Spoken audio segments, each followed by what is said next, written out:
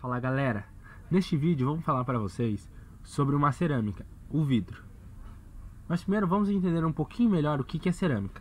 Cerâmica vem da palavra keramos, que significa coisa queimada. Numa definição simplificada, compreendemos todos os materiais inorgânicos não metálicos, obtidos geralmente após tratamento térmico em temperaturas elevadas.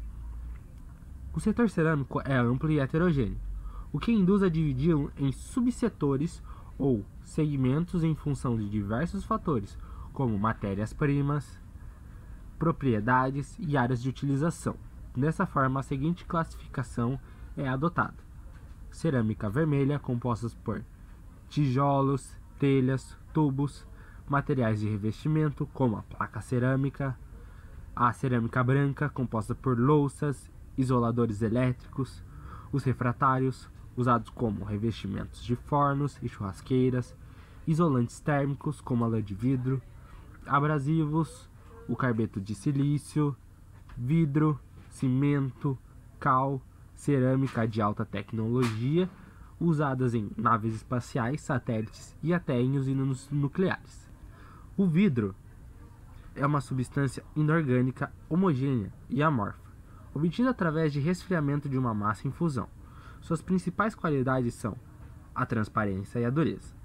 O vidro tem incontáveis aplicações nas mais variadas indústrias, dadas suas características de inalterabilidade, dureza, resistência e propriedade térmica, óptica e acústica, tornando-se um dos poucos materiais ainda insubstituível, estando cada vez mais presente nas pesquisas de desenvolvimento tecnológico para o bem do homem. Vamos falar agora um pouquinho sobre a história do vidro. Não se sabe ao certo a data exata do surgimento do vidro, mas sua revelação é atribuída aos fenícios, que casualmente o descobriram há cerca de 4.000 anos quando faziam fogueiros na praia. O que se sabe com certeza é que sírios, fenícios e babilônios já utilizavam o vidro desde 7.000 a.C., mas foi no Egito Antigo, por volta do ano de 1500 a.C., que o uso do vidro começou a crescer, sendo utilizado primeiramente em adornos pessoais, joias e embalagens para cosméticos. Por ser naquela época, a civilização dominante, os egípcios, acabaram difundindo o vidro e a sua técnica de fabricação para outros povos. Apenas próximo ao ano de 1500 a.C., as técnicas de fabricação se desenvolveram. Foi quando os romanos começaram a utilizar o sopro dentro de moldes na fabricação do vidro, o que possibilitou sua produção em série. O apogeu desse processo se deu no século XIII, em Veneza. Após incêndios provocados pelos fornos de vidro da época, a indústria de vidros foi transferida para Murano, ilha próxima de Veneza. As vidrarias de Murano produziam vidros em diversas cores, um marco da história do vidro, e a fama de seus cristais e espelhos perdurou até hoje. Até 1900, a produção dessa matéria-prima ainda era considerada uma arte quase secreta. A França já fabricava o vidro desde a época dos romanos, porém, só no final do século XVIII foi que a indústria prosperou e alcançou um grau de perfeição notável. Em meados desse século, o rei francês Luís XIV reuniu alguns mestres vidreiros e montou a Companhia de Saint-Gobain, para que fossem feitos os espelhos do Palácio de Versalhes da França, uma das mais antigas empresas do mundo, hoje uma companhia privada. A indústria moderna do vidro surgiu com a Revolução Industrial e a mecanização dos processos. Em 1952, na Inglaterra, Pilkington desenvolveu o processo para a produção de vidro float, conhecido também como cristal, que revolucionou a tecnologia dessa próspera indústria. A história da indústria do vidro no Brasil iniciou-se com as invasões holandesas no período entre 1624 e 1635, em Olinda e Recife, Pernambuco, onde a primeira oficina de vidro foi montada por 4 artesãos que acompanhavam o príncipe Maurício de Nassau. A oficina fabricava vidros para janelas, copos e frascos. Com a saída dos holandeses, a fábrica fechou. Em 1839, um italiano de nome Folco funda no Rio de Janeiro a Fábrica Nacional de Vidros São Roque. Em 1878, Francisco Antônio Esberardi funda a Fábrica de Vidros e Cristais do Brasil em São Cristóvão, Rio. Até o século XX, a produção de vidro era essencialmente artesanal, utilizando os processos de sopro e de prensagem, sendo as peças produzidas uma a uma.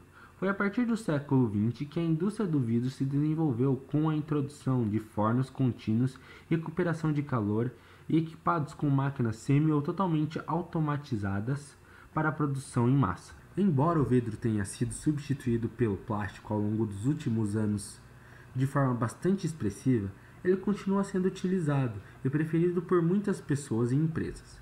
Nos últimos 20 anos, o desenvolvimento da área de vidro tem sido marcado por sua aplicação nos mais diferentes campos de atividade humana.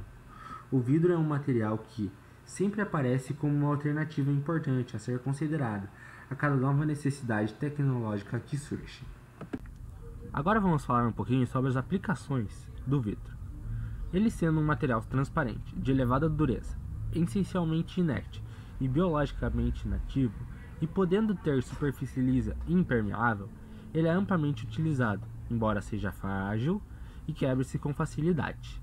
As suas aplicações englobam o uso doméstico como copos, pratos, panelas, a utilização como embalagem, potes, garrafas e frascos, também a de decoração, como vasos, lustres, e também a de vidros planos para uso diversos, como o vidro liso, cristais, laminados, impressos, aramados, temperados, entre outros.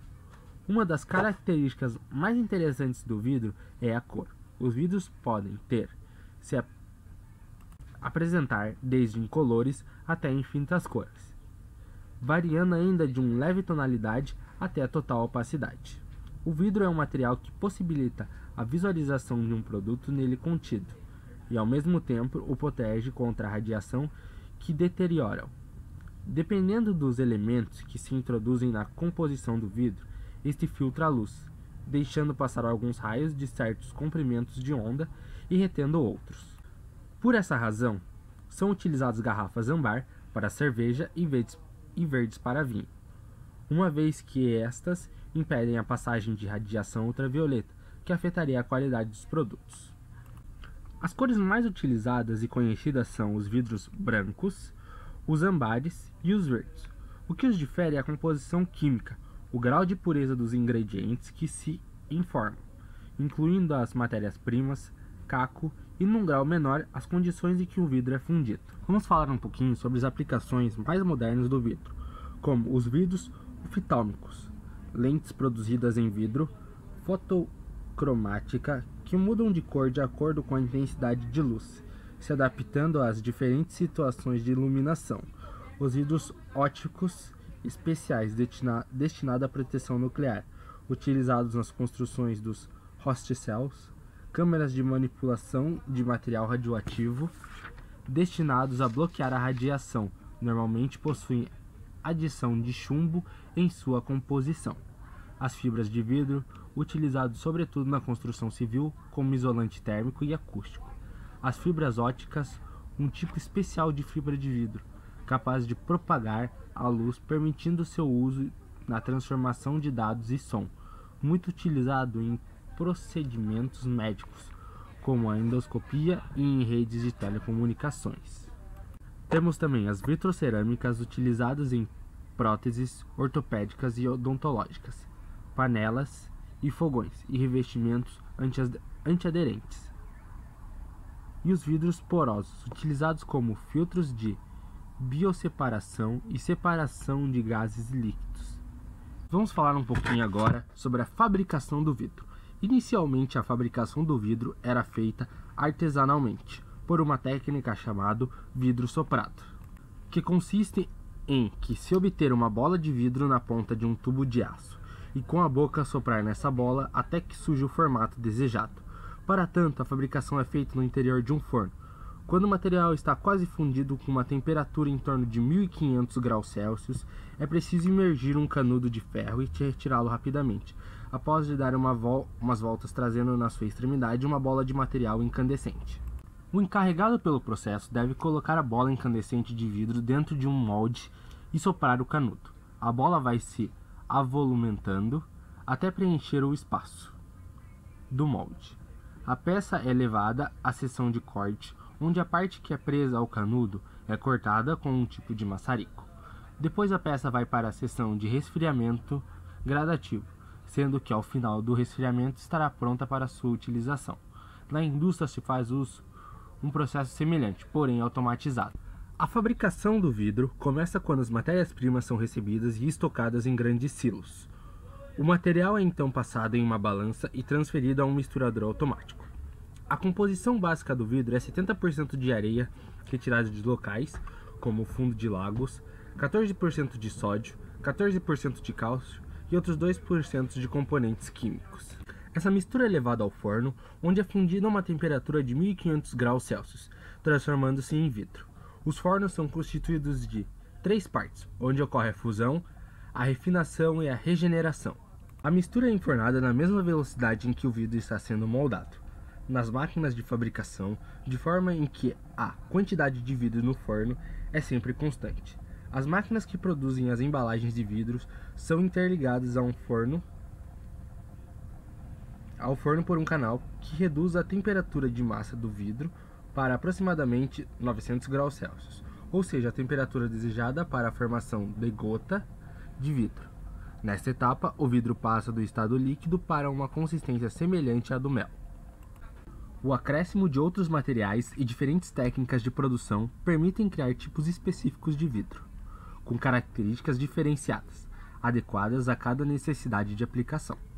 Assim, pela adição de produtos e variação dos processos de produção, se determina a forma, espessura, cor, transparência, resistência mecânica, entre muitas outras características passíveis de adequação do vidro, o que torna o vidro um dos versáteis materiais existentes.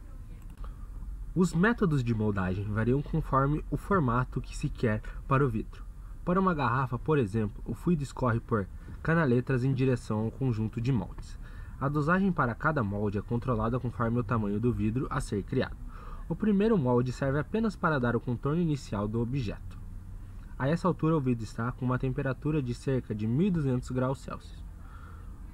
O formato do molde primário deixa uma bolha de ar dentro da mistura incandescente.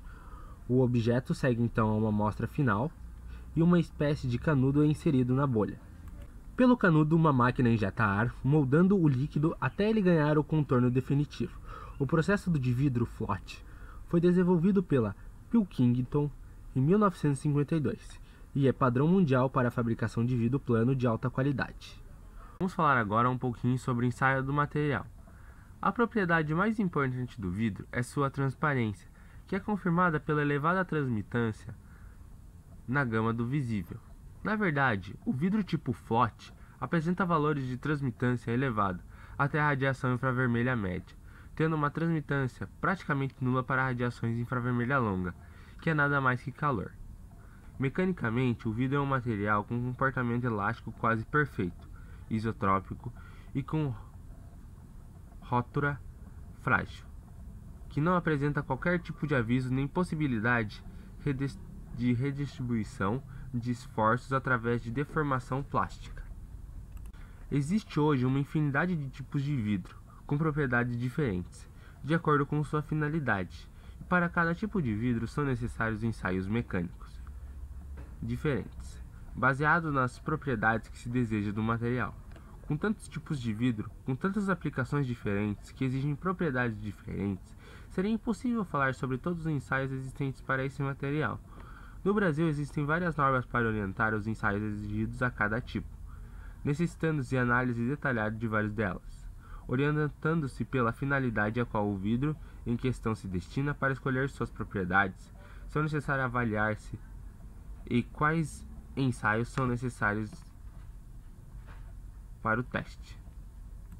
Ao vidro plano, por exemplo, aplica-se um ensaio de resistência à tração na flexão, determinado pela NBR 12067/2000. O ensaio consiste em submeter o corpo de prova à flexão simples, calculando-se a tensão que provoca a ruptura. O dispositivo é constituído de 2 cutelos de apoio do corpo de prova e um cutelo de transmissão de carga. Os cutelos de apoio se situam sobre o corpo de prova, distantes uns do outros em 700 milímetros. O cutelo que aplica a carga deve ser posicionado sobre o centro do corpo de prova, sem que a carga devida ao seu peso seja transferida ao corpo de prova. Os cutelos de apoio devem ser de aço ou material de mesma rigidez. O dispositivo com o qual se executa o ensaio deve permitir a aplicação de cargas progressivas e sem golpes. O número de corpos de prova não deve ser inferior a 30. A aplicação de carga deve prosseguir até a ruptura do corpo de prova, devendo-se registrar a carga de ruptura. A resistência à tração na flexão deve ser calculada da seguinte forma: PR é a carga de ruptura em newtons, LI é a distância entre eixos de apoios inferiores em milímetros, E é a espessura média de corpo de prova em milímetros, B é a largura do corpo de prova em milímetros, FL é a resistência à tração na flexão em megapascals. Temperado com aplicações na construção civil, industrial, moveleira e eletrodomésticos, tem um maior número de propriedades a serem avaliadas. Por ser um vidro de segurança, portanto exigem mais ensaios. Além de ensaios visuais para encontrar defeitos como arranhões, riscos, fio de cabelos e defeitos pontuais estendidos. Empenamento, pois o processo de tempera não permite que esse tipo de vidro seja tão plano quanto o comum. Verificar a espessura nominal e o esquadro. E deformação na borda. São feitos 3 ensaios de desempenho para garantir a durabilidade e a segurança na aplicação do vidro. São eles resistência de choque mecânico, resistência ao choque térmico e fragmentação.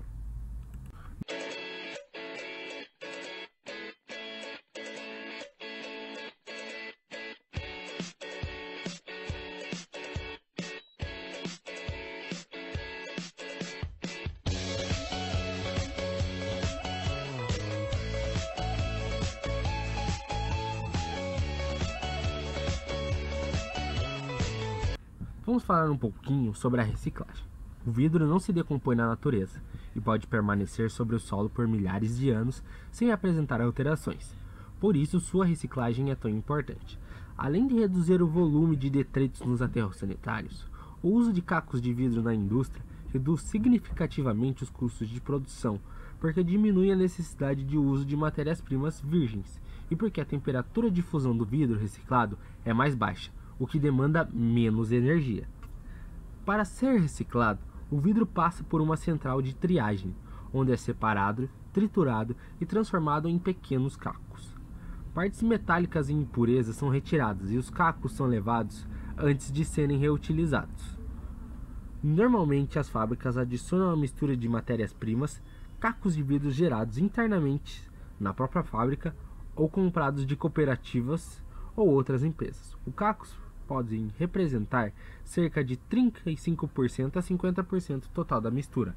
O vidro reciclado pode ser utilizado inúmeras vezes, com o mesmo desempenho e qualidade do vidro produzido com matérias-primas virgens. Se adicionado 10% de caco de vidro, há um ganho de 4% de energia. Uma tonelada de caco uma economia de 1,2 toneladas de matérias-primas. E 10% de caco reduzem 5% a emissão de CO2, de acordo com o Protocolo de Kyoto.